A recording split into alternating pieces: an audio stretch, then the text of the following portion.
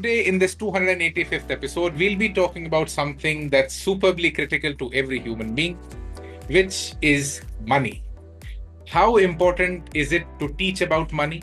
How important is it for humans to worry about money? How important is it to understand how it flows, how it grows, and how it typically depletes and can leave you with an empty pocket? So, how early should we start teaching about money? And the biggest problem with this is that once you start thinking, teaching, learning, understanding about this one specific resource, everything else takes a back seat. So when money takes the front seat, all the other human abilities take a back seat. And when we are trying to teach or educate full-rounded individuals, what should we be doing? That's the paradox that we'll discuss today. That should we start teaching money to teenagers? Should we not be doing that? If we do that, to what extent? What do university leaders think? What do school leaders think? And what do teenagers think? This is what we'll know during today's episode of the Blub World Web Talks. Indian education context, forget about the teenagers. Even in the university level also, these basic life skills are not being taught. And that is very, very important because we know that there are some basic facts that if you teach to our students, definitely that will help them in managing their money. Because many times, even the person who is earning, then also in the debt trap because they are not following the basic rules. And I think that since the teenager, if you tell them that, particularly there is a standard rule as we know that 50, 30, 20. So whatever the amount you are having, 50% you have to expend for the essential things, 30% for which may not be essential but may be required, second priority, but definitely 20% should be saving. Even though the pygmy money will be given by the parents to the students, they have to ensure that this has to be done. The second important aspect is that many a time we don't understand the importance. For example, just I will tell you when one of my relative want to purchase laptop, so he has quoted me 1.25 lakh laptop, but the need was only 50. So we have to tell our kids also that what is the need at this age according to that. When you are earning and when it is a matching with your income, it's okay. So these things are very, very important. Even the basic, when we talk about the good and the bad debits, many times the people are aware about that fact that, for example, we are taking loan, but for what purpose? If I am taking loan for education, I am taking loan for the purchasing some property like plots, etc. It is a good debt, even though it is a debt for you. But if we are purchasing and spending the huge amount on the computers, which is not required, maybe the electronic gadgets which are not required, definitely it is the not the good debit, but it is the bad debt. Because at the end of the day, the interest rate, everything, and there is no value addition because it will deteriorate with the time. As we know, the depreciation of all this, there is no appreciation, depreciation, and the situation come that they will be in the debt trap and then very difficult. Why I'm saying this? Because many even the grown-up persons, they are also not in a position to balance their income and expenditure, and then they have to go to the private lenders. So if these things are being taught to the teenager, even the basic banking things, now, fortunately, the UPI and all these things are there, so everyone is having the smart mobile. So even the students are also going with that, even the teenagers. But now they should understand that when the gadget and money is in your digital pocket, that does not mean that you have to spend like the way you want. Because market is now very volatile and open for everyone. Earlier, I want to purchase something, I had to go to the market, bargain, and then purchase. Now, because of the what we can say digital market, then the mall type of the culture, where many times the unplanned purchasing we are doing. So if we can teach these students, then I think that that will be definitely wonderful experience, so that when they will grown up, they don't have any challenge in managing their finance. Because as you are rightly mentioned, if you are having a money, then most of your You have to problem can be understand solved. the markets, the banking system, everyone around you is rather on the other side of your wallet. They want your money to be spent. They want you to become impulsive buyers. They want to disrupt your buying decision process in a way that you keep spending money. Keeping you poor helps the banking institutions. Keeping you poor keeps a capitalistic society running. So, as an individual, it's your job to be cautious. Biggest challenge or the biggest thing that most humans don't understand early in life is the difference between a luxury and a necessity. Don't confuse the must haves with the good to haves. That's the problem that most of us face, and that's why we are in As financial trouble. co-leader, I'm of the view that from the very beginning, when the student goes from fifth grade to sixth grade, we should start teaching them about the financial planning, money market, and all these things, because these things ultimately play a role in life. And many a times, as Professor has just told, even the grown up people, after doing, I mean, degrees and after working for years together, they fail in managing the financial planning in their life. So I think our value system is also such that we keep telling the students to stay away from the activities which are directly, yielding money and yielding financial profits. Rather, we keep on telling so many other things, and the student just, keeps this money matters on the back burner. But I think such students generally, do not become that successful in life as they should be. So I have just to quote one important, adage here, that if your money is not working for you, then it means that you are working for the money throughout your life. And the sooner, our children start understanding this, the better I think they can become. I mean, in life, the better person they can become The in life. most And dangerous form of a human being is the one who has two things at the same time. What are those two things? First is free time, and second is constant money. That's the most dangerous form of a human being, which society, which governments, with the ecosystem, the establishment cannot handle. If there's somebody who has a lot of free time and has a lot of money, that's the individual who will always sit on the top of the food chain.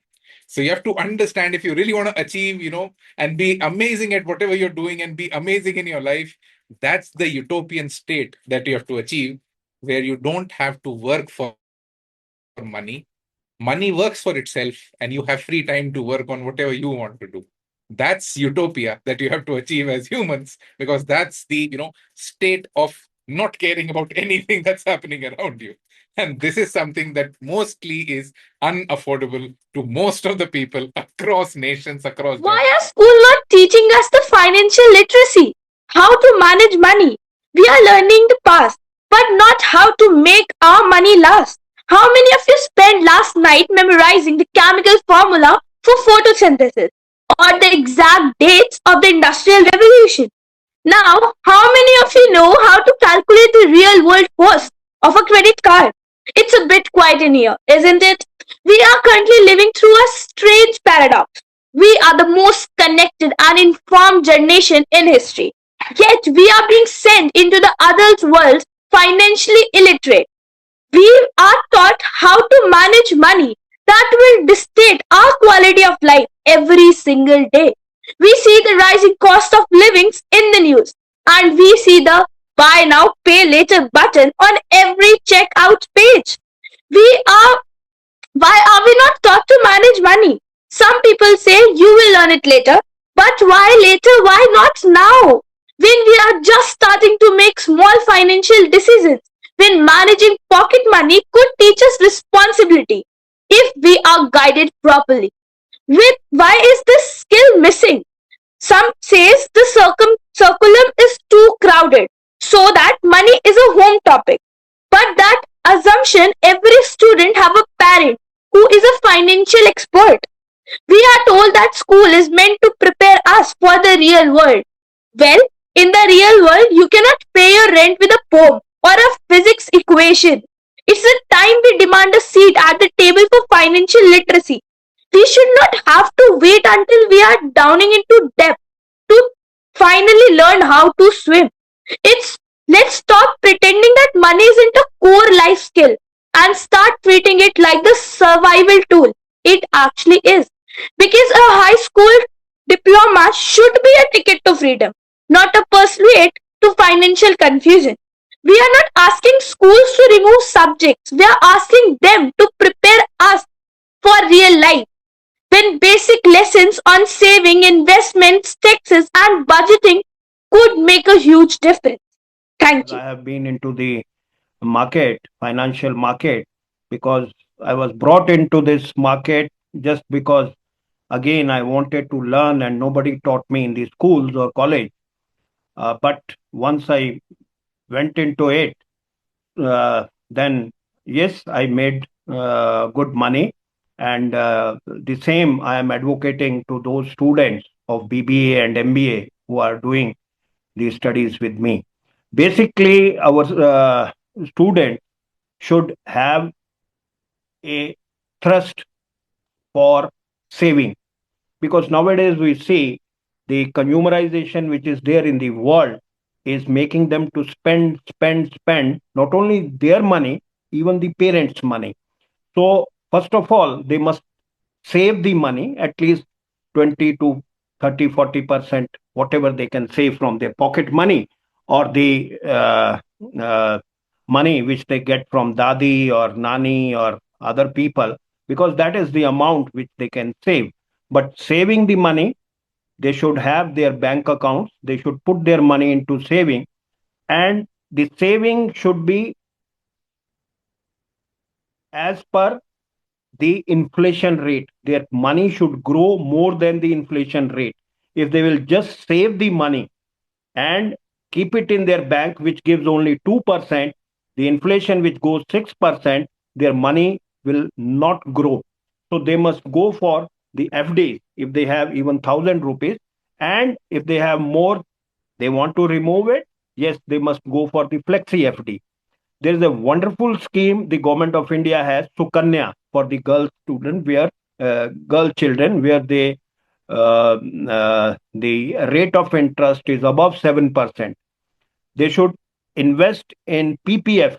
Even the small children can invest in PPF, which gives 7.1. That means approximately 1.5 to 2% more than the inflation rate. The students must know about the mutual funds. They should know about the stock market. They should know about the commodity market. They should know about the foreign exchange. Because India is growing, and we are talking about Viksit Bharat 2047, where every Indian should know how to invest, how to earn Habit more. of saving. The marketing that you see around you with all the advertising and all the social media, the kind of lifestyle that we see, saving has been discounted as a concept to an extent that we think it's absolutely useless. Money must always be invested. It should, there should be a multiplier effect to it. But you have to understand, not all sensible financial products will give you exorbitant results. You'll have to figure out where to put the money, where not to put the money. And that's where financial literacy becomes important. How do you judge whether a financial product is made for you or not? For adults, it becomes so difficult, and it's no more an optional skill. It's a survival skill, because you're being prompted to spend so much that at some point you're spending your own safety and security. Remember, I think one important takeaway from what Sanjay ji said: wherever you are investing, it has to make more than the inflation that your country is regularly facing or going through. And I'm primary school principal, and I want to talk this evening about something we almost never discuss when we talk about financial literacy for young people. The years we have already lost by the time a child become a teenager. There is a landmark piece of research from Cambridge University that found financial habits and attitude are formed by the age of 7, not 17. 7, can you imagine that? And yet our education system doesn't support this literacy, including the curriculum I work with. We are all treating financial education as a secondary school concern. Something introduced when children are old enough to understand money. And what that as assumption misses is that children already understand money by then. They have just learned it يعني through life or through occasions, from what they observed at home, from advertising, from going to the mall or to the supermarket, and the culture around them. And those early informal lessons are remarkably hard to undo. So this matter because financial literacy is not simply a set of skills, it is a mindset we need to يعني instill in our student mind. And it is the ability weight short-term desire against long-term consequences, and to understand that every financial decision is also a value decision. These are not concepts and that can be downloaded in a secondary school module. They are discipline, they are disposition, shaped and should be shaped early. By default. In my years of leadership, I have seen what happens when children arrive without that foundation. It shows up during the academic result. It doesn't show during the academic result. It's shown how they are dealing with the resources they have and their decision for what they are going to buy from the school canteen, for example. These are not minor gaps. As school leaders, we speak a great deal about future-ready education. We invent in technology and in critical thinking and in global citizenship, and rightly so. But a child also, they need to know about how they can make their decision about finance issue, how they can manage budgeting, how they can collaborate across different culture regarding any financial issue. And the child is not fully, if the child is not fully prepared, they literally fall in many mistakes in their teen age, or maybe as you mentioned in the university. Hello, good evening. Actually, I have been working in several types of school, international school, bilingual school, both language and American curriculum. My point is just the simply speaking about mindset. I learned from my daughter when she was 7 or 8 years old. At the time, as sideline to get more extra income. I was head of school, but I like to be a translator. And once, very first person, I translate about Bitcoin. So I even asked at that time, Bitcoin was only 1,000 baht, less than 30 USD. I thought it's a scammer. And then I just, okay, I did my job, I translated. But my daughter, 8 years old, she got from my sharing because we talk, we are single family. And then she play one game and then she obtained like a 10,000 coins. But she lost that in the game. But that time maybe if she still has that, I don't know. Now she graduated as in economic and has a successful career on work. Just graduated, but she got a high position on money. So I think this mindset is important because my little daughter, because she told me, because sometimes I didn't give her much money to spend on her meals in the day because we live in international school, everything is catering in the lunchtime. She sold some snack to her classmate. So it's point of mindset and people has important in their life. And then many times she was appointed to be like we call that cashier, those who follow money with their classmate. Hey, you have to pay this, to pay this, to pay this. I think mindset is very important. Like this key point of question, if you know about swimming course, you know how to swim, but if you drift away and then your ship collapse, and then you just don't mind to freestyle or whatever style, but you have to survive in the ocean. That's most important. People just realize that, oh, I never know, because from the well-to-do family, my student, very rich family, they don't care. And once in the time, they just care when they want to do like a prom night. Oh, they have to do fundraising at that time. They have money to get money. They sell everything, the whole organization, the activities, whatever, to get that fundraising. So mindset most important. Okay, I'm not talking about how to teach students to trade, yes, and so on, because if they have good start, they learn everything. Like the same that I learned from my daughter.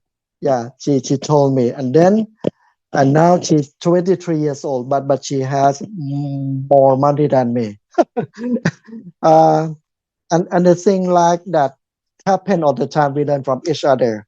In Thailand, yes, in Thailand we have some kind like we teach to students how to do a ledger, make um, what will be, and then most important is the parents should be role model, and then they will follow the parents model. Okay. It's not about financial literacy, it's about decision making, it's about behavior. What is the kind of pattern that you are following as an individual? Are you able to deploy your resources in a way that they generate more resources? Are you deploying them just to buy comfort and luxury?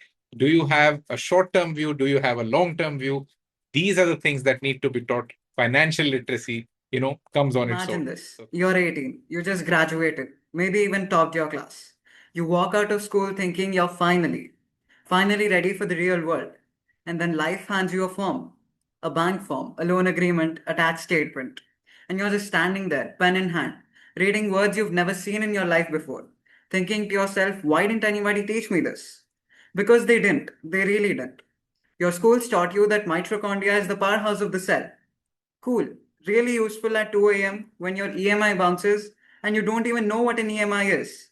They taught you the causes of World War One, how to find X in an equation, and even the entire digestive system of an earthworm. But not once, not a single class on how to take an education loan, how to file your taxes, how to actually read a bank statement without your eyes glazing over.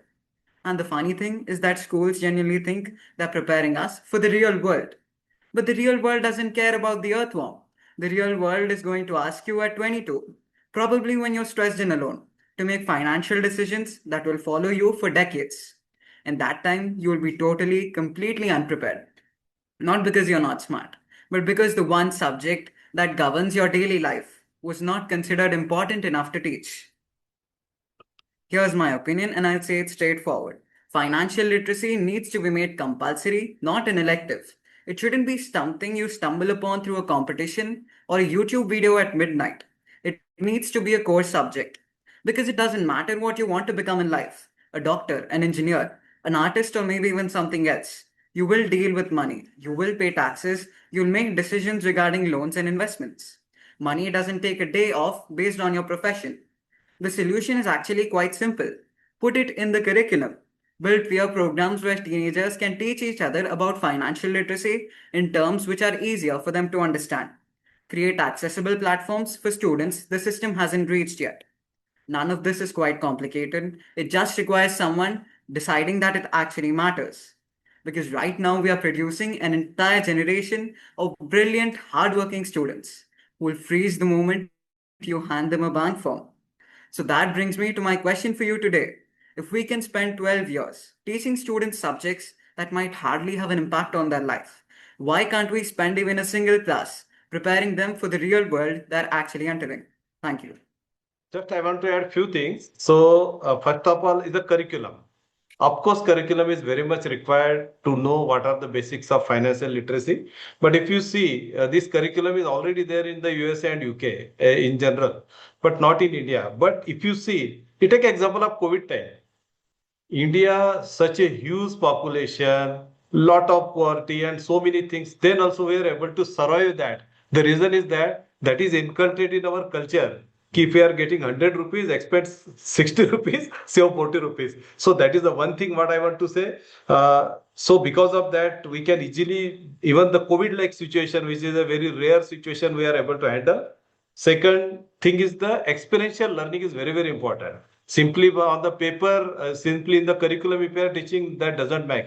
Because in the today's generation, they are not, the parents are so caring about their kids that they are not allowing them to go to the market, experiment themselves. In our when I was kid, My father used to tell me, go to market, purchase vegetables, so and so. So since that time, we know what is the market, how it behaves, how to expend it, how to bargain it. I think that these skills are very much required for expansion. You have to send them to the bank, let them do the banking, let them go to the passport office, let them have their own passport. So when they will take this type of experience, then only they will come to know that what is the impact of that. That is my point of view, sir. The finance literacy is not a skill gap, it's more a mindset gap. This mindset we should start teaching in all, during all the practices in the schools.